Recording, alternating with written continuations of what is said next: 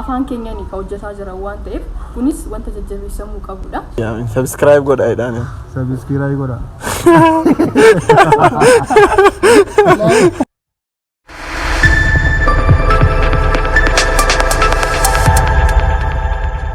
Alhamdulillah salatu wassalamu ala rasulillah sallallahu alaihi wasallam.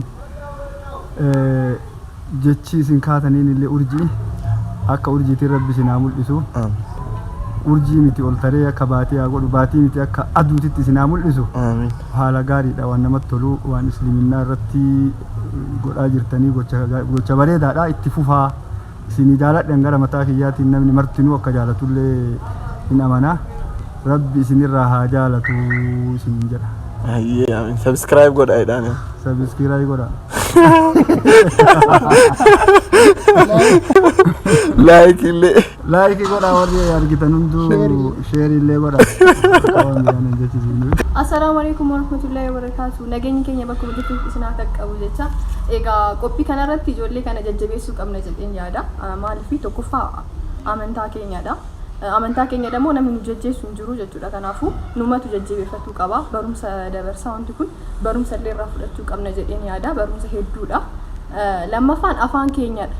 Wanti kun afaan keenyaan ka hojjetaa jira waan ta'eef kunis wanta jajjabeessamuu qabudha.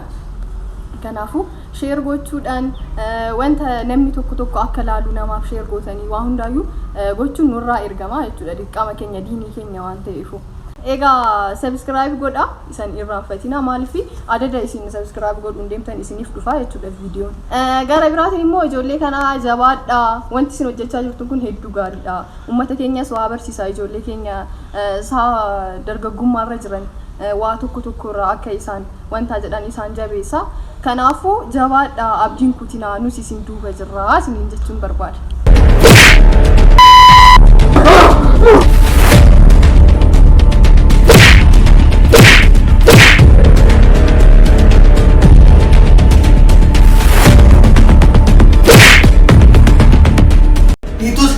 Baritu.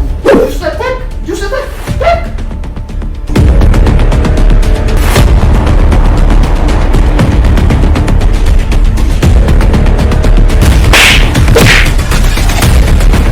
Warri keebaatiin kee barsiirraa waa hedduu hin barbaadanii ati nagaa ta'uu kee jijjiirama kee fi gammachuu kee barbaadan wanta biraa dhiisite bilbilumaan osoo bilbiltee nagaa ta'uu kee osoo itti himte achumaan osoo nagaa gaafatte wallaahi warri keetitti gammadu.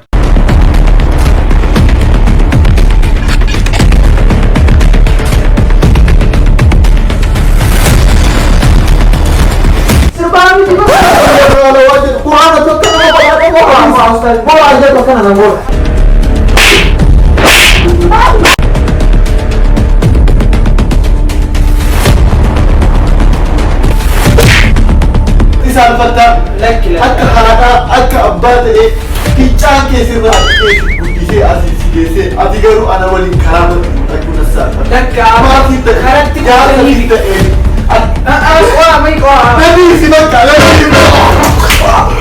Urjii afaan keenyaan ni guddanna afaan keenyas ni guddifna jedhee ka'ee jira.